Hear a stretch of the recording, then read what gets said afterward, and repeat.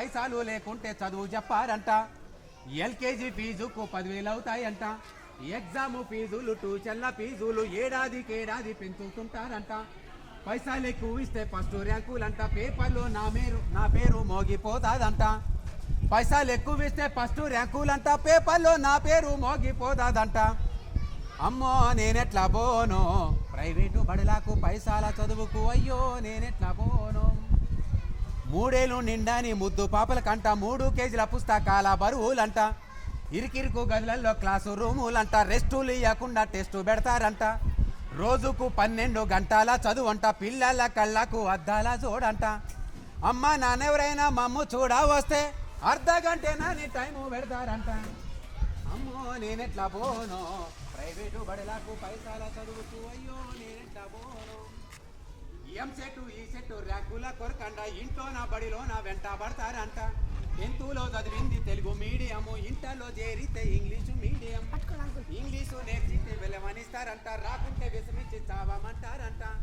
చావుల చదువుకు నేనెట్లా పోదోను, చావుల చదువుకు నేనెట్లా పోదోను అని పెంచి నా మీకు దూరం ఎట్లదోను. అమ్మో నేనెట్లా పోను ప్రైవేటు బడులకు పైసల చదువుకు, అయ్యో నేనెట్లా పోను. అమ్మో నేనెళ్ళిపోతా పోరాట బడిలో నా పాటలు నిర్మగా, అయ్యో నేనెళ్ళిపోతా, అమ్మో నేనెళ్ళిపోతా. ఇది సాంగు. ఇది ఎవరు రాశారంటే సాయి చంద్ అని చనిపోయింది కృష్ణ సింగర్ సాయి చంద్.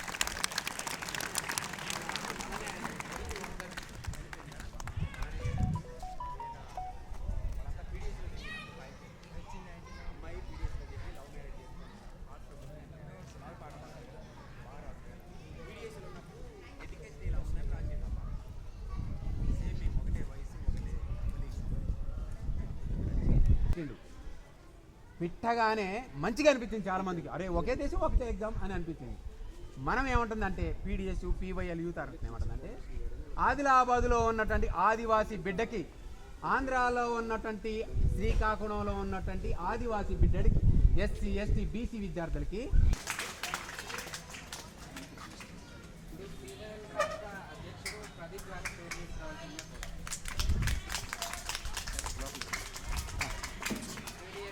రాష్ట్ర అధ్యక్షుడు ఆర్కే గారు రామకృష్ణ గారు జనరల్ సెక్రటరీ కృష్ణ గారు, రవికుమార్ అన్న గారు, పీవైఎల్ బాలాపూర్ ఏరియా కమిటీ ప్రధాన కార్యదర్శి దినేష్ గారు స్టేజ్ నుంచి రావాల్సిందిగా కోరుతున్నారు. సహాయ కార్యదర్శి శంకర్ గారు కూడా స్టేజ్ నుంచి రావాల్సిందిగా కోరుతున్నారు.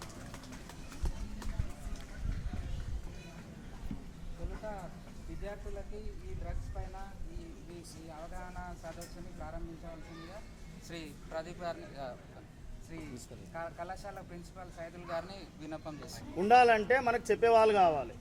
ఇప్పటివరకు మీకు ఎలాంటి వాళ్ళు ఎవరైనా చెప్పారో లేదో తెలియదు. మా సంఘం మీకు ఆ ప్రయత్నం చేస్తుంది.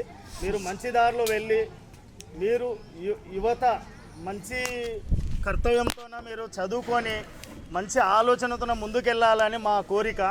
అదేవిధంగా విద్యార్థి యువజన సంఘాలు మిమ్మల్ని మంచి దారిలో తీసుకెళ్లాలన్న ఒక ఆలోచనతోనే ఈ అవగాహన సదస్సును ఏర్పాటు చేయడం జరిగింది.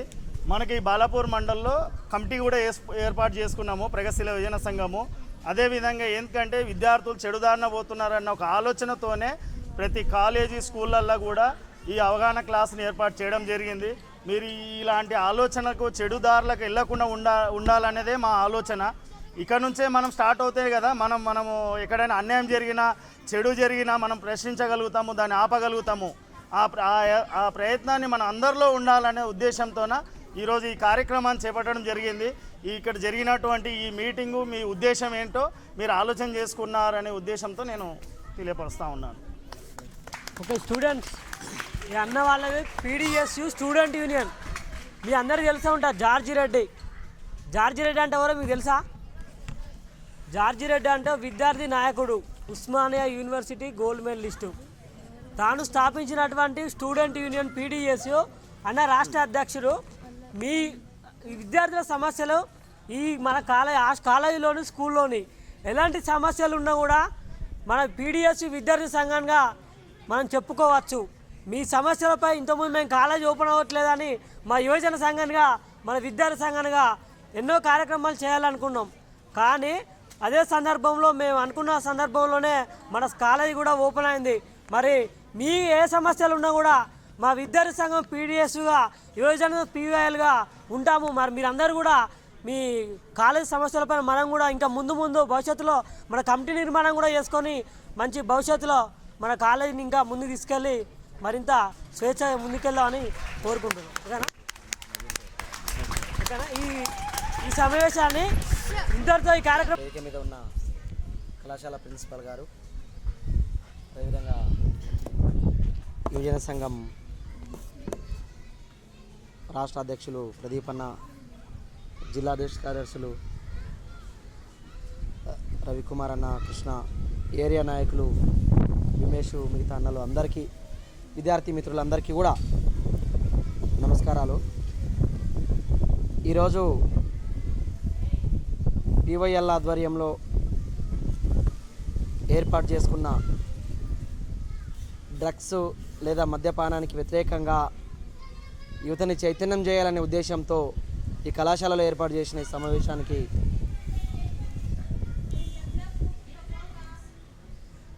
మీ అందరికీ, వీళ్లకు ప్రత్యేకించి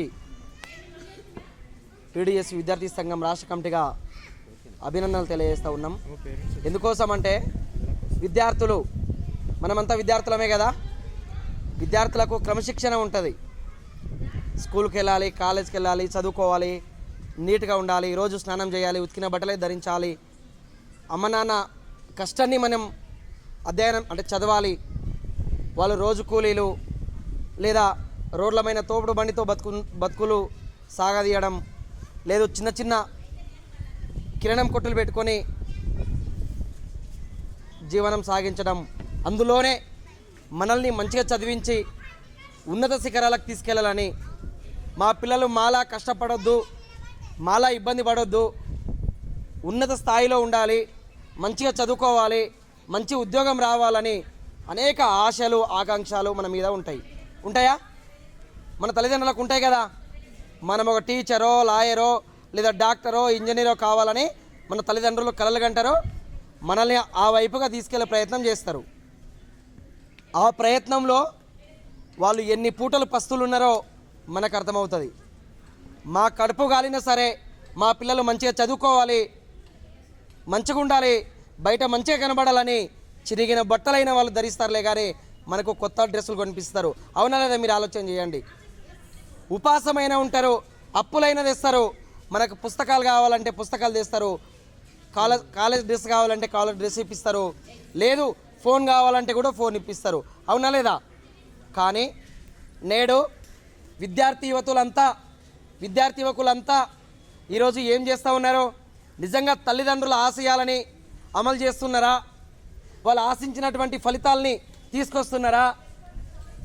లేకపోతే ఈ యొక్క సమాజంలో జరుగుతున్నటువంటి అసాంఘిక కార్యక్రమాలు లేదా సమాజాన్ని పక్కదారి పట్టించే డ్రగ్స్ కానీ, మద్యం కానీ, లేదా స్మోకింగ్ కానీ, లేదా సినిమాలు, సీరియళ్లతో రకరకాల విద్యార్థి యువతుల్ని మొత్తం కూడా పక్కదారి పట్టించే ఈ యొక్క కల్చర్కి అలవాటు పడుతున్నారా? మీరు ఆలోచన చేయండి. ఈరోజు తమ్ముడు, మన ఇంట్లో ఒక అక్కకో ఒక చెల్లికో ఒక 200 పెట్టి పాస్ కట్టియాలంటే మన జేబులో ఉంటే కూడా మనం ఇయ్యలేం. కానీ అదే ఒక మన ఫ్రెండ్ బర్త్డే ఉంటేనో లేదా మన బర్త్డే ఉంటేనో ఆ గల్లీలనో లేకపోతే ఆ చుట్టుపక్కల ఉన్న వాళ్ళంతా పిలిచి 2000 పెట్టి పెద్దగా బీరు బాటిల్ తెప్పిస్తాం, కేక్ తెప్పిస్తాం, అవన్నీ లైటింగ్స్ తెప్పిస్తాం. అవునా లేదా? తాగుతుంటాం, చిందులేస్తుంటాం. అప్పుడు ఏం జరుగుతుంది? తాగిన మత్తులో వాడు దోస్తా, అన్ననా, తమ్ముడా, ఇంటి పక్కలోడా అని కూడా తెలియదు. అదే తాగిన సీసతో మిగతా వాళ్ళంతా కూడా ఒకరి మీద దాడి చేసిపోయే పరిస్థితి, చంపేసిపోయే పరిస్థితి. అసలు చంపేసిపోయి ఇంట్లో పడుకున్న తర్వాత మార్నింగ్ లేచి చూస్తే మా ఓడు చచ్చిండా, ఎట్లా చచ్చిండని వాళ్ళే క్వశ్చన్ చేసుకునే పరిస్థితి. అంటే చంపిన విషయం కూడా వాళ్ళకి తెలుస్తలేదంటే, ఎవరిని చంపుతున్నామో ఎవరిని ఏం చేస్తున్నామో తెలుస్తలేదంటే, మత్తు అనేది మన మైండ్ని ఎంత జ్ఞాపకం లేకుండా చేస్తుందో మనం అర్థం చేసుకోవచ్చు. అవునా?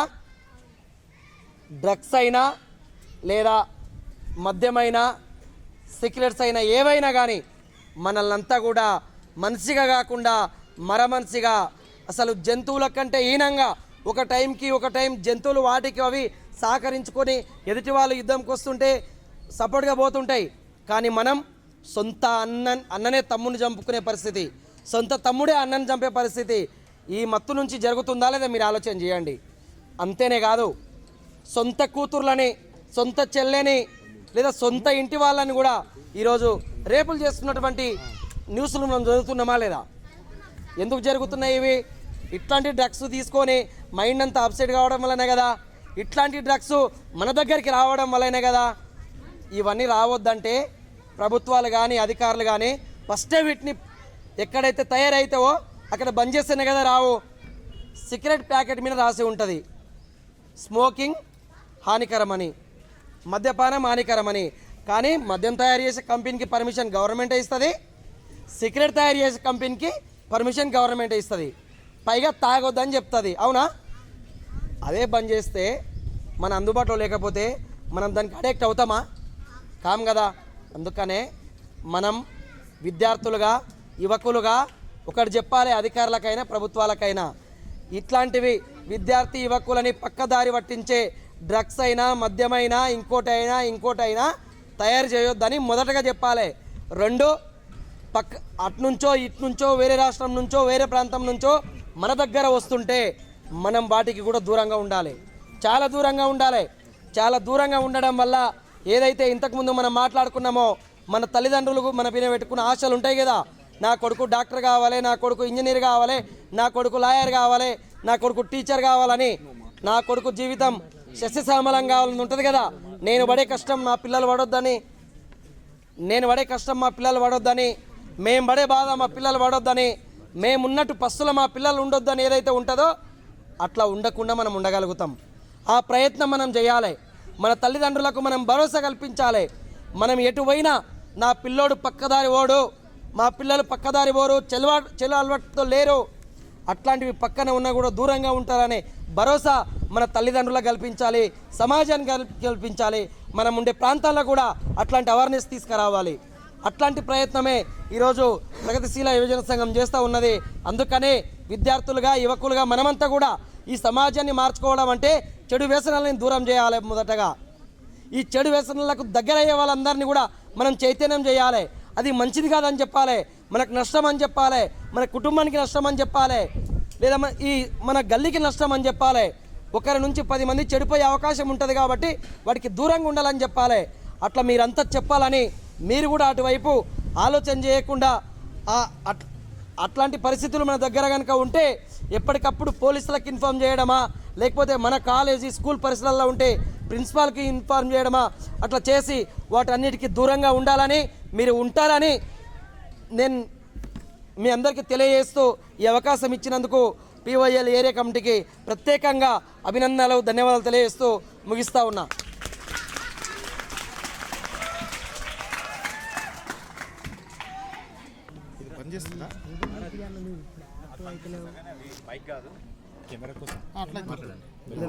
మీ వాయిస్ వస్తుందా?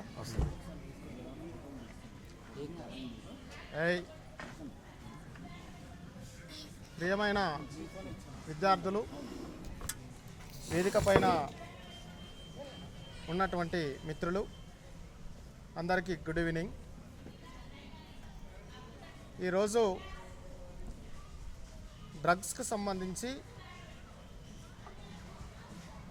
ఈ ప్రోగ్రామ్ను ఏర్పాటు చేసినందుకు ఈ వేదిక పైన ఉన్నటువంటి మిత్రులందరికీ ధన్యవాదాలు.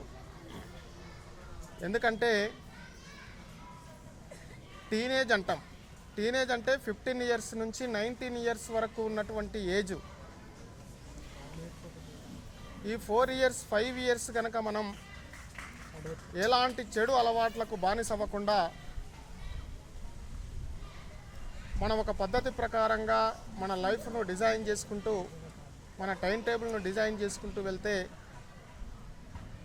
మనకు మంచి ఫలితం వస్తుంది. దాంతోపాటు మన లైఫ్ కూడా చాలా చక్కగా ఉండడానికి అవకాశం ఉంది. సో దాంతో పాటుగా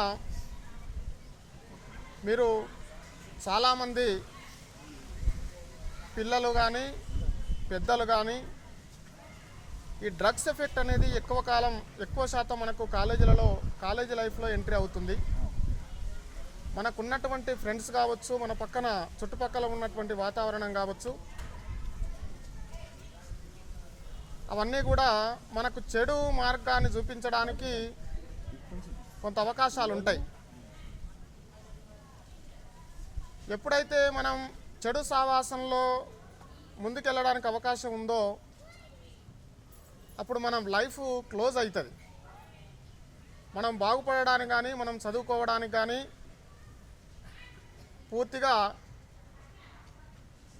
గేట్లు మూసిపోతాయి.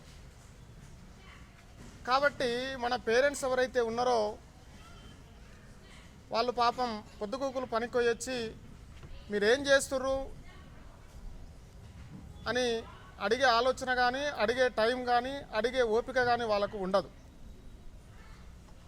ఎందుకంటే పాపం పొద్దుగూకులు పని చేసి వస్తారు, అలసిపోతారు కాబట్టి అవకాశం వాళ్ళకి లేదు. పక్కన మా ఫ్రెండ్ రమ్మన్నాడు, మా ఫ్రెండ్ దగ్గరికి వెళ్దాం, ఆ ఫ్రెండ్కి ఇంకో ఫ్రెండు, వానికి ఇంకొక ఫ్రెండు, ఎవరి ఒక దారుణం మనకు చెడు ఆలోచన కానీ చెడు ప్రవర్తన కానీ ఈ ఏజ్లో తొందరగా రావడానికి ఉంటుంది. ఈ ఏజ్లో అలాంటి అలవాట్లకు అలాంటి ప్రవర్తనకు అలవాటు పడకుండా ఉండడం కోసం మిత్రులు మంచి ఆలోచన, డ్రగ్స్ వల్ల కలిగేటటువంటి ఇబ్బందులు, వాటికి అడిక్ట్ అయితే వచ్చేటటువంటి ప్రాబ్లమ్స్, దానివల్ల మన లైఫ్ మన పేరెంట్స్ వీటిని అన్నింటి కూడా మర్చిపోవడానికి అది ఎక్కువగా ఈ డ్రగ్స్ అనేది ఎక్కువగా దోహదం చేస్తుంది. దాని నుండి దూరంగా ఉండాలి. దూరంగా ఉండడం వల్ల కలిగేటటువంటి లాభాలు, దానికి అడిక్ట్ అయితే వచ్చేటటువంటి నష్టాలు, దాన్ని మిత్రులు సవివరంగా వివరిస్తారు. మీకు ఖచ్చితంగా మంచిగా వినండి, వాటిని ఫాలో అవ్వండి, మంచి లైఫ్ని మీరు పొందుతారని ఆశిస్తూ ఈ అవకాశం ఇచ్చిన మిత్రులకు మరొకసారి ధన్యవాదాలు తెలియజేస్తూ ముగిస్తున్నాను.